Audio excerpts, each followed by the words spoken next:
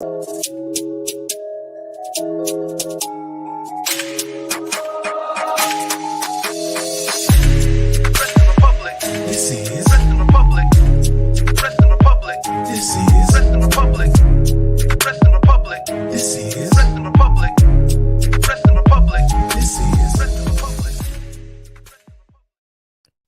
going on, everybody? We're back once again with another edition of Wrestling Republic's daily broadcast.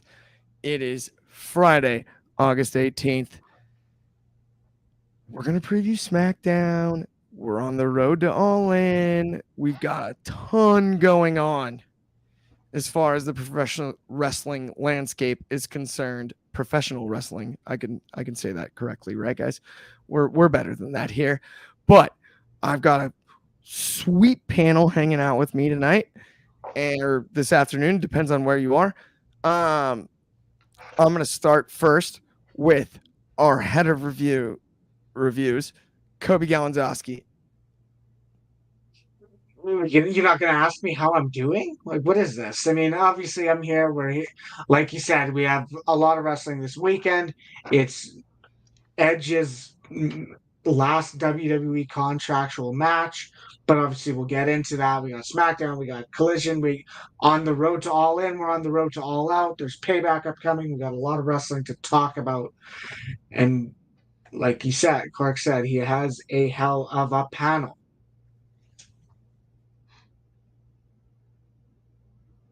Whoa, Clark, unmute And yourself. you are muted. You're on mute, Come sir. on, man. Again, too. Yeah, sorry, I had a slight audio issue here. We had a unplugging situation, but we are back, and obviously you can see the whole panel here. I'm going to introduce everybody anyway. We've also got Carter Crisp. How are you, dude? I haven't seen you since PWG, other than a few phone calls. I'm doing great, man. I'm happy to be here. You know, there's a lot going on in the wrestling world, as there always is. It's on fire right now, but I'm very excited because it's the year 2023. My girl Piper Niven is the WWE Women's Tag Team Champion. Shout out to Scottish Wrestling. That's a big deal for me. I love that, and let's get this back on the rails. I apologize. Sorry, audio issues settled. Shad, how are you? Good to see you once again. Wrestling Republic, I'm here again 3 times a day. I work hard for this money, man. But I'm ready to talk about some great wrestling this weekend.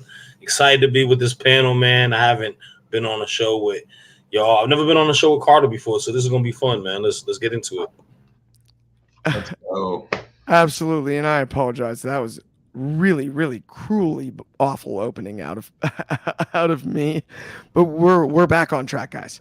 We're fully back on track. Let's get right into the first segment, which of course is Edge versus Sheamus. And could this be Edge's last match? We're not entirely sure. It could be, it couldn't be. I don't know. Let me toss it straight to you, Coby. Is this Edge's last match or is it not? I think that's the thing, is there's a lot of things up in the air, and we got to put focus on what Edge said. So Edge, of course, spoke to ET Canada, one of the top. It's like the TMZ of Canada, if you want to call it that. And he had an interview about the SmackDown that is in Toronto, his hometown. This is exactly what he said, just because I want to use this as what we say. So he said, here's what I can honestly say, and this isn't the answer that everyone's going to want. I truly don't know. I really, really, with 100% truth, can say I don't know, and that's strange for me. But I really, really don't. I've put some thought into it, but not a lot. This is the last match of my current contract, so I don't know. I honestly don't know. I probably won't know until I get into the locker room that night and just decompress. And there's a lot about the anxieties that he continues. It's worth the read if you are an Edge fan. But at the end of the day, we're looking at Edge's potential retirement, and it's something a lot of people don't want to say is truth. Because yes, we're talking about it. It's his 25th anniversary as well. Is it kind of Is there the fanfare if he retires? I don't necessarily think so. We also got to talk about what he said last year. Last year he said after the show, off the air, to the Toronto crowd, after he wrestled Damian Priest in the main event of Raw, he said he essentially said, in a perfect world next year in Toronto, I'm here and that's my last match. Is it his last match? As of right now, it is. Does he sign a new WWE contract? Does he go elsewhere? I don't know. If anything, I do think he does sign a new WWE deal, not going to like an AEW to have that match with Christian. Even though I assume he would want to have something with Christian how many years after. I love the point you made there about the potential for a new deal, right? And with Christian's AEW contract expiring, right? Like they kind of line up serendipitously in that regard. I wonder though, Carter, do you think it's possible that Edge would wrestle this match and then somehow sign with AEW? Yeah, I think those are the two possibilities. Either he retires or he signs with AEW. And then so this is his last match with WWE. I think that's how he finishes out his career. He ends up his rivalry with our good neighbors to the north, the Canadians, Edge and Christian. I can't think of a better story, but I think the question is, where does it happen? Does it happen in AEW or WWE? And I think it's a little bit easier to get it done in AEW just because of the fact that Christian's there right now.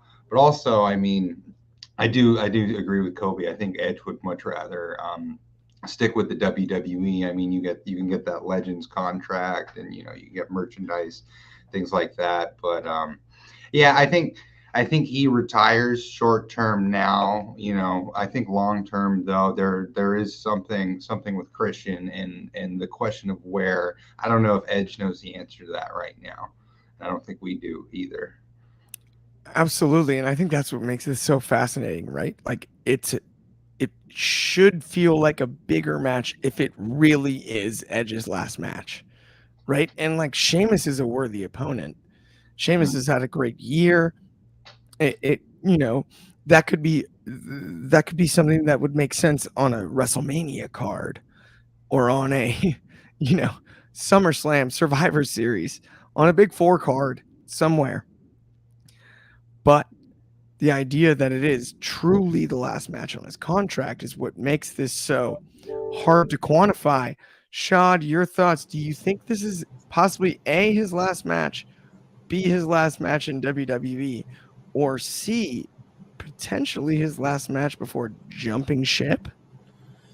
I'm just going to go ahead and put that dead in the water. I cannot see Edge go and leave WWE to go to AEW. I know that there's sentimental value as fans of us wanting to see Edge and Christian reunite. I think the likelihood of that happening in AEW is very low. I feel like it'd be a higher percentage of Christian possibly going to work with him on WWE once his contract's up later, early next year, whenever his contract is up in the next months. I think, and we talked about it yesterday off air on yesterday's show. I think one of the key things is that you got to hear the terminology, his current contract. And I know Anthony, shout outs to him. He mentioned that to me yesterday. And I think that's a pretty key aspect to it. This is his last current contract. I don't think this is the end of Edge just completely with WWE. I think it can lead to two things. One, this could probably be some sort of an angle for character-wise. I mean, what if he just, I just can't see him ending it off in the television match on SmackDown, low key, and it can lead to some sort of like build off to some sort of storyline. Maybe he goes back to like the rated R superstar and just, goes heel again. But in the reality, I think it's gonna be his last match for a little bit. He's mentioned that he's getting up there in age. He's gonna be 50 soon. He has, a lot of time spent with his kids that he wants to do as a dad and all that. And I think we'll probably see him in a more of a limelight of being like a part-timer. He'll wrestle in other matches and, we'll see him a little less in the year. Even though he is kind of like a part timer now, but I don't think this will be his last match completely. Yeah, I tend to totally agree with you on that. I don't think this is possibly his last ever wrestling match. Last on the contract, obviously we know that. I mean, with that though, who do you guys think wins tonight's match? Let's just go around the horn. I'm going to go Coby, Carter, Shad. Coby, who do you have winning tonight's match? I think that's the thing we got to think about is what it does Edge's retirement play into it? If Edge is truly done, and if Edge is going into this saying, "Yeah, this is going to be my last match, and I'm probably not going to resign," and if he does, he does. But I think he'd want to put over Sheamus at the end of the day. So I do think Sheamus. I think there's a bigger chance Sheamus gets the win here. Okay, absolutely, Carter. How do you feel about it? I hate to latch on to Kobe's takes, but Sheamus is getting his flowers right now. This is a great chance to be put over by a legendary superstars for a lot of long-term wrestling fans, and he feels a little underutilized after WrestleMania. It's a great opportunity to give him his flowers, but I could see it going either way. And how about you, Shad? I got Edge winning. I feel like the moment for him in Canada, and if it is his last, promoted to be his last match and whatnot, I feel like Sheamus is a, good enough guy to kind of give him that incredible match and let Edge get the victory. So I'm gonna be different. Y'all can, get Sheamus. Sheamus does deserve his flowers, but I'm going with my man Adam Copeland, who will be all elite. Maybe, who knows? I love it. I'm gonna go complete cop out here, and I think this goes one of two ways. I think either Sheamus squashes Edge and it's a part of an angle, or Edge pulls out a rabbit out of the hat and wins via spear in Canada to set up once again an angle. Either way, I do think a story will be told out of this, and I'm not sure the contract situation is as concerning as maybe it's been made out to be on some of the dirt sheets out there. That's what I would say. With that though, I'm going to move on to the next topic, which is, of course, Rey Mysterio on the Waller effect, which I'm actually going to toss directly to you, Carter. We have our United States champion on the Grayson Waller effect.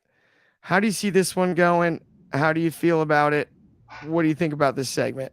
I mean, Rey Mysterio, could you name a better United States champion? I mean, we all know who's sitting in the background. Santos Escobar was promised the U.S. title shot. So how is he going to be involved? I don't see him turning against Rey in the Latino World Order, though. So I don't know. I think it's going to be a fun bit. We might see Theory somewhere. But I see it, Rey is an all-time face. We could never, the human race could never do anything but love Rey Mysterio. So I think it'll just be a lot of fun with Grayson Waller, and then we'll see what the future is for the U.S. Championship. I mean, I'm just curious how Santos Escobar is going to fit in this. I mean, I don't see him turning against Rey and becoming his next challenger for the U.S. Championship. So I'm excited. I have no idea who the next contender is going to be for this title, but I don't know if Rey's going to – I would guess that Rey's not going to go on a super long run just by way of how they're bouncing him around, bouncing Dominic around, using them for stories. I mean, I'd love it. Absolutely love it. But in terms of who's going to emerge as his next challenger, I think we're going to find out tonight. And honestly, I have no idea. I wish I did. Maybe LA Knight. Who knows? Probably not. I hear where you're coming from. I'm also wondering though, and I'm going to toss it to you, Coby, immediately after this. But do you think Grayson Waller might be Rey's next legit challenger for the United States title? I think that if there is a way to do it. If your goal is we'll do Grayson Waller Rey at the next event is Payback. I think the way you go about it is this Grayson Waller effect has to truly be Grayson Waller being that. I don't want to that arrogant, that guy who's going to push the buttons. You have to have Grayson Waller going. Well, how does it, Santos? How does it feel Ray took your spot? You have to be that guy that he's going to drive that wedge. He's going to be the reason why there's doubt within the LWO. But you're going to have, if you have Santos versus Waller and Waller gets the win, that's fine.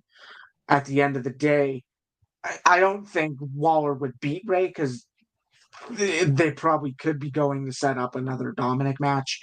But I think there is a way you can sell us on the rivalry where it's Grayson Waller's being that heel that is more than willing to drive that wall and go, well, okay, where is this? Where is this? Why are you doing this, Ray? You did this to Santos. You took his spot. You got to go. You got to go. Waller being that guy that stirs the pot, metaphorically. No doubt. I hear you there. There's so many challengers at this point now that they've gotten the title off Theory, right? It's been so funny. We talked about it for weeks, like Theory and how, I mean, I expressed my issues with his run. Shad, do you think it's Waller? Who do you think it could be in the U.S. title picture with Ray? And do you think it starts tonight during the Grayson Waller effect? It really depends how this episode goes with his show, because it seems like a lot of what his show is, like this whole, like, you know, thing that he has, he's an antagonizer that builds up and sets up feuds. So I can kind of see that being the case. And I think it'd be pretty interesting to, you know, bring in Santos and kind of like create a divide within the LWO. But I really hope that's not what they do, just because I love LWO as a faction. I don't want to see them break up. Part of me wants to think that Ray got the title that way is because he was probably going to originally maybe beat Santos, and they kind of had to do an audible because he got a concussion that match. But I would like to see him and Grayson Waller set up a program amongst each other. I know that we have an event like Payback coming up soon, and I feel like that'd be a good title match to have for it. Whether, you know, Grayson loses to Ray, which is fine, but I feel like you need to kind of build Grayson Waller in the feuds. And I like the idea of him just being like such a, you know, like like disrespectful person towards legends. I mean, we saw what he did with Cena. You know, he had the match with Edge, and now you get a feud with Ray. Like, he's just going upon Hall of Famer versus Hall of Famer and Hall of Famer. Like, it would make a good storyline to it. And I think Grayson Waller got the juice, man. Like, I'm not saying that just because he's a fellow Eagles fan like me, but I think that he plays it so well, and I think it'd be a good opportunity to put him in position with the first feud with Ray, and then we can kind of go on from there. And even if it's a situation where Grayson gets the title off of Ray, I mean, Grayson Waller could be a great champion. I think the end game is that people really want LA Knight to get that title. Why not, you know, give it to a heel like Grayson Waller and eventually build up a feud with him and LA Knight where LA Knight gets his moment? But that's just me kind of spitballing ideas. Oh, shoot. I'm sorry. Bad camera cut. I totally hear you. No, that's like on me. I've had a rough show so far, but we're on fire here. That's now, awesome. I'm with you. It's one of those things where, yeah, there's so many contenders, and Grayson, though, does make sense. And we've been looking for a place for him for so long.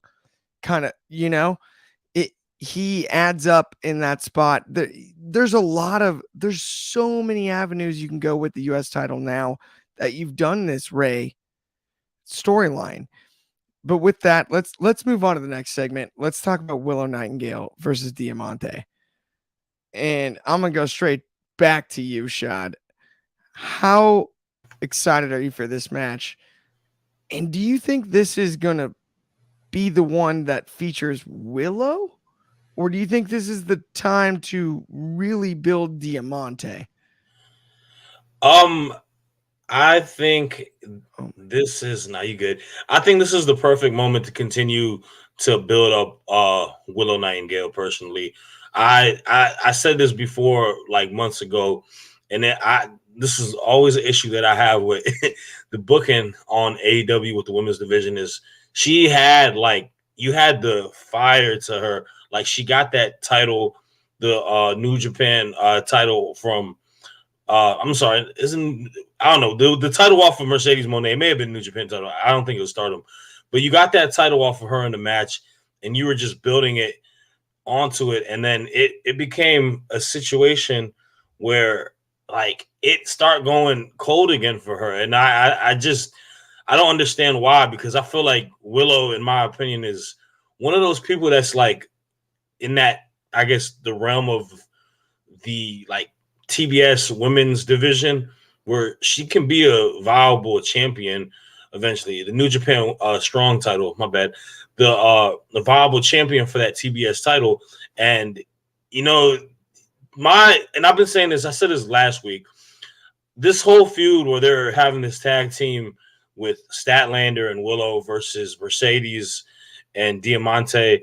I like that we're having a feud upon it, but I'm hoping the end goal is that Statlander gets a heel, persona to her.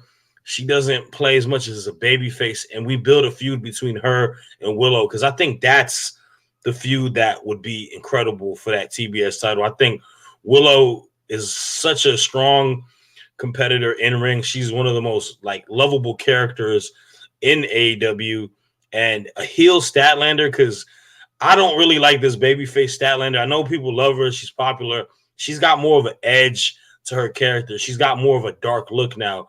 I feel like we can play her as more as a tweener, more as a heel. And I think a feud between them could be one of the better feuds in the women's division that you can create, especially being primarily on Collision. Like, you can really build that up. So I'm hoping it leads to that. I would want Willow to get the win. I don't really know who's going to win, to be honest with you. They can kind of pitch it either way. I do like the alignment of Mercedes and Diamante. I kind of wish AEW maybe had like a tag division for women's, because I think they could be a pretty like badass like women's tag. Like they got that look. Like they're both, Mercedes Martinez is one of my favorites. So I think that would be cool. But I'm gonna go Willow. I think Willow needs to get over in this match. The over 2-1 last week. I don't want Willow to keep eating L, so we riding the Willow chain this Saturday. Okay, so we are currently having issues with Clark Taylor. Sorry, I've got an audio issue. Give me 1 second. My bad. Is it working? Can you hear me? Yeah, Yes, we can hear you. We can hear you, bro. That's good. You doing it? Well, I was going to say, I thought you were taking over for a second. I said, give me 90 seconds in the private chat. Okay. Well, we'll do it this way. So sorry, we are having major issues here, and that's not our fault. This is the Wrestling Republic Daily. We're doing this live. We're not going to put any editing in. So thank you for the insight, Shad. You talked about Chris Statlander being a little more of a darker persona, and I do personally really like that she's moved on. She moved on from the alien a long time ago. She really transformed into something. I like the sign language aspect. She is that tough person, and she has the major shoes to fill regarding the TBS championship, because Jade Cargill had such a historical reign. Carter, do you think Willow gets the win in this match? I'll give it to Willow, because she reminds me of my boy Samoa Joe. But yeah, I think Willow's gonna take it. I think she's on the up and ups as like a upper mid card women's AEW wrestler, and I could see her taking it. Absolutely. Is there a shot? Is there a shot that Diamante steals the victory, or do we see someone like Mercedes Martinez, who has recently worked with Martinez in the position where she kind of helps just to strengthen that bond and strengthen that connection that she has started to make with Diamante? Yeah, I mean they're building a strong faction in the women's division. That would be interesting and exciting.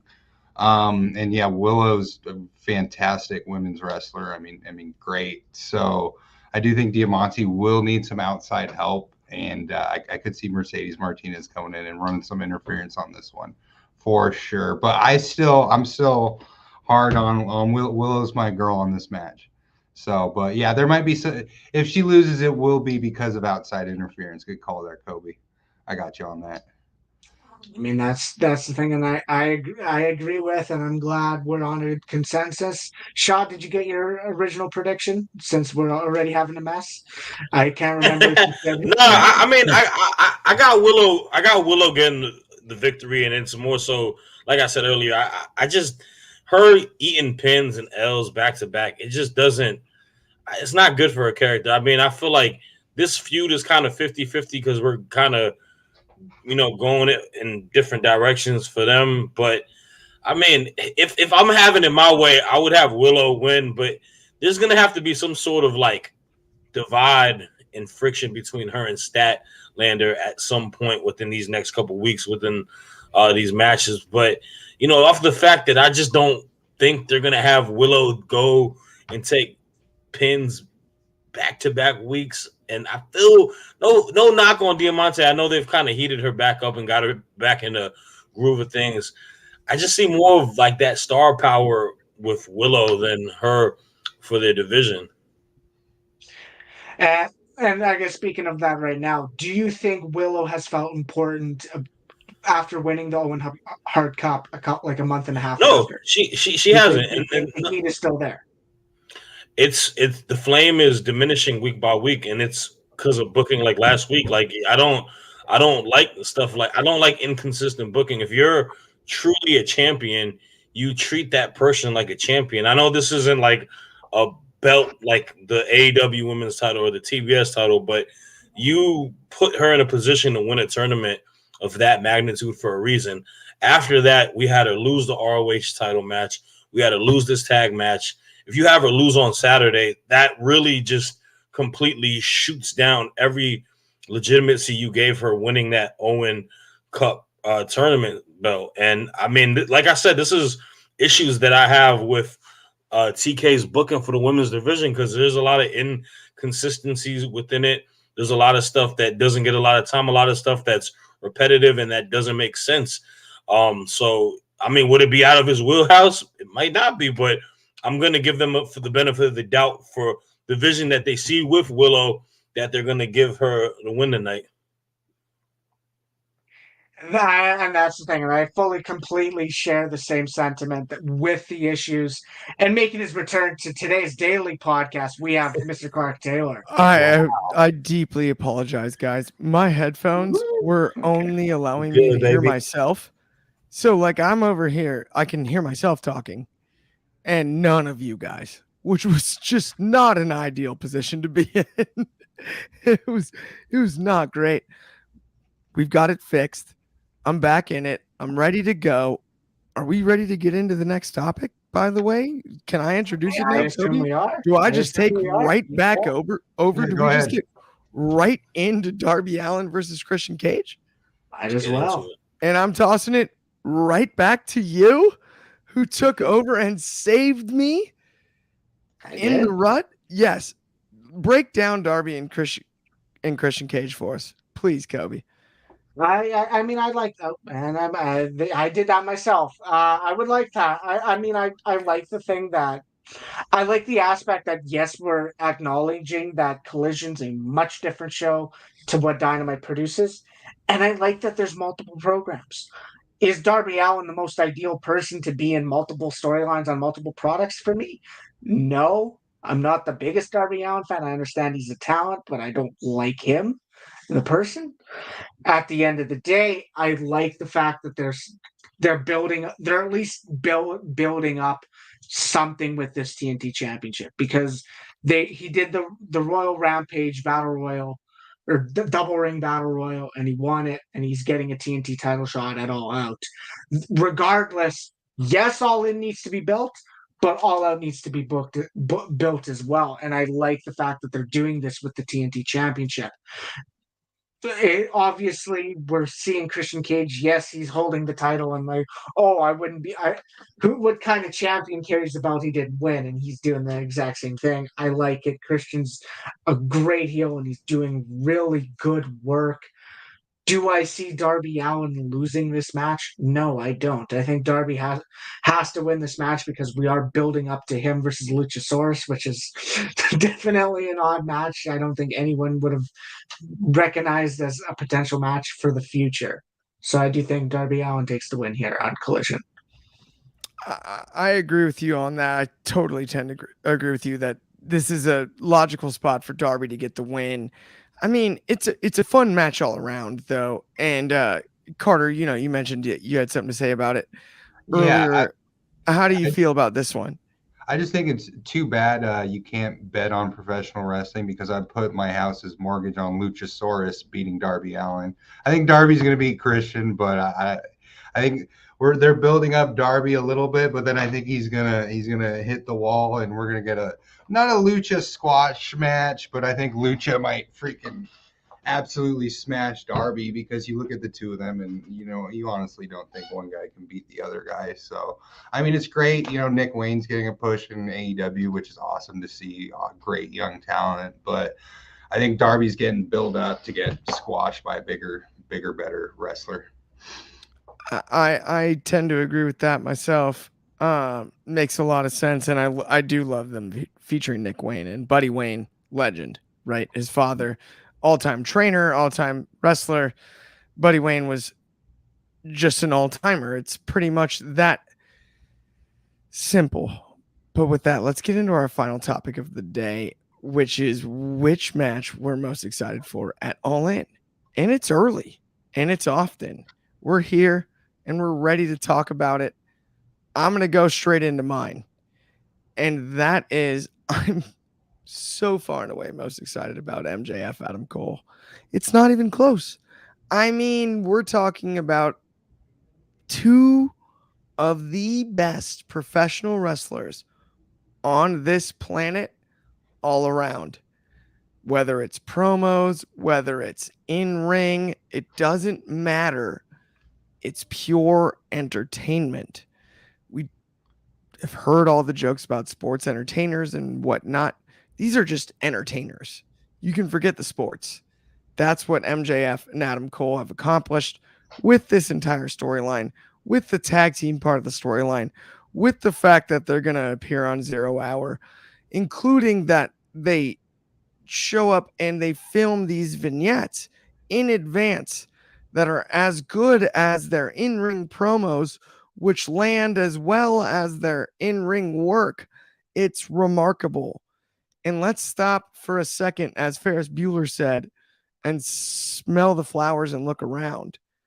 It's time to realize how great these two are, and to see them at Wembley in front of this many people will be nothing short of incredible. And I cannot wait for it. And I do not care the result, because whatever it is, what they've done thus far, we talk about how great the bloodline stuff is that good. And that's my personal belief. I think what they've accomplished thus far, especially given the hand they were dealt, it felt so obvious, and it hasn't been. That's brilliant. It's hard to quantify that level of brilliance, storytelling wise. We've got a comment here from Bobby Petito. Hello, guys.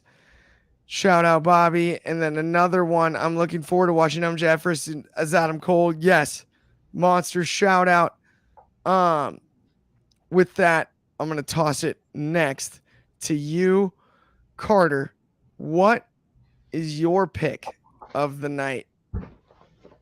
Well, it should be obvious. It's obviously Samoa Joe versus CM Punk. I mean, you have two absolute indie legends.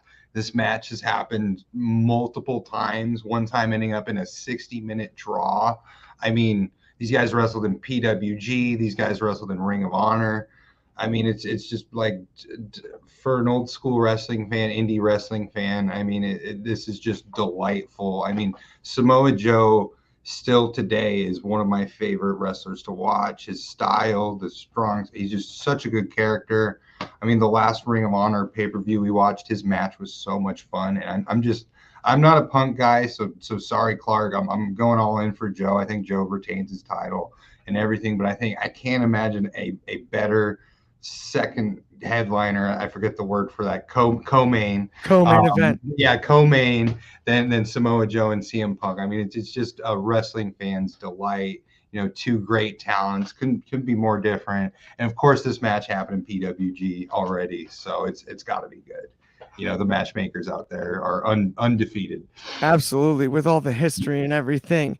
And with that, I'm going to toss it to you, Coby. What's your pick for tonight? See, that's the thing is I'm looking at this card and I'm thinking about it and I'm looking for pure entertainment value. Yes, we're gonna get classic wrestling. We saw the match between MJF and Adam Cole before. We saw Punk and Samoa Joe leave a lot to be desired with it from their own Hart Cup match, and knowing that 20 years ago, less than 20 years ago, they were having better matches. Of course, this is like they said, the first time they've been in the ring with in whatever 15 some years. At the end of the day, for pure entertainment value, something I think I'm gonna very much enjoy, I'm going with the tag team coffin match, because as much as I just kind of disrespected Darby Allin, I think Darby Allin, for Sting to wrestle in front of 80,000 plus people for pretty much the first time in his career is such a historical thing. Sting has already shown he's more than willing to be the crazy guy, old guy, and do dives off of ladders. I think this is just going to be that type of car crash that's going to be entertaining. This is Swerve Strickland's by far biggest pay-per-view match since signing with the company. AR Fox just got that heel turn.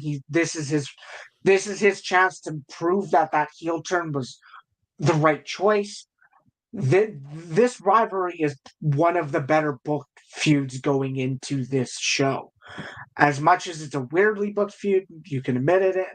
We have Joker Sting showing up randomly. I think this is going to be one of the more entertaining matches, and maybe not the match of the night, but it's going to be one of the better matches of the night that people talk about saying, "Oh yeah, that was just really good and really entertaining." And I'm not taking the shot at Ignacio, but it ain't going to ruin wrestling or be a train wreck by all means. No, feel free. I think Ignacio can take it of all people. Feel free to take the shot while you're up. I love it. I love it. It's an awesome pick. Shad, your pick for match of the night. So I don't want to be a person that picks the same one as you guys. So I'm going to go a different route. And I am very excited to see four of the most, tremendous either just superstars or wrestlers on a roster compete in a ring. And that is a match that has our AEW Women's Champion, Hikaru Shida, the dentist, Dr. Britt Baker, DMD, Tony Storm, our former champion, and then the person who I think is going to have one of the most wild moments on the show, Saraya, aka formerly known as Paige. I'm excited for this match because I think this is going to be the moment where we're going to be at Wembley Stadium in the UK after a whole career of injuries and not being able to wrestle for a while and, probably being told that she was going to retire. I think Saraya is going to become the AEW Women's Champion at this show. And I think the crowd is going to go absolutely nuts when this happens, because knowing, her being a hometown hero and a person that is, rightfully so, a legend in many facets of what she's done in professional wrestling and women's wrestling history, that is going to be just incredible. And I'm very, very tough on, the booking of the women's division on AEW, but just those 4 women having the opportunity to wrestle on the card and the magnitude of that is going to be crazy, because I think you got one of the best women's wrestlers in Shida, who's a champion and the greatest AEW women's champion thus far, in my opinion. You got probably the greatest AEW women's superstar in Britt Baker, and you got Toni Storm. Like, I don't know. I just think they're going to make magic in that match, and I think we're going to see Saraya get that moment. And I don't know, man. It's gonna be something great for professional wrestling. It's gonna be something great and special for her too. So I'm excited, and I'm hoping that's what happens. So if that moment happens, I'll have to say that's something I'm most hyped to see. I think that's such a great call too, because it could be such a potential show stealer, right? Like, it almost reminds me a little bit of like Drew versus Roman at Clash of the Castle. And we can't even fully quantify how loud the reaction at Wembley might be for Saraya. Yeah, it might be a Hogan in the 80s pop. It might be a Road Warrior pop, as we like to say, from time to time. Like, this might be one of those where the whole building explodes, and when it's 90,000, whether there's a roof on it or not. Yeah, Ben always says that, like, if there's one superstar who's gonna get reaction, he always says this. He said, he always says Drew, Sheamus, but he's like, Paige, Saraya is one of those ones that crowd is gonna go crazy. And special. Yeah, it's gonna be special. And I really hope that's what happens. I feel she's super deserving of that moment. Like, even though I may not be a big fan of the storylines that she's in and all of that, we can't ignore the importance of, like, just how big that signing and like her coming to AEW was. And like, for her to even get that, just even if it's like a short title reign, if it's like a month, she gets that moment, man. That would make that'd be crazy, man. Like, I really hope it does happen. So the moment's worth it, and it's right. It's wild, right? We've seen a movie made about her life story, and there's honestly, it's rare you see someone have their life story made into a movie and a sequel happens in real life after the movie. And that's a sequel. Going to Wembley in front of 90,000 and rocking the house and coming back from a potentially career-ending injury at such a young age. That's a sequel.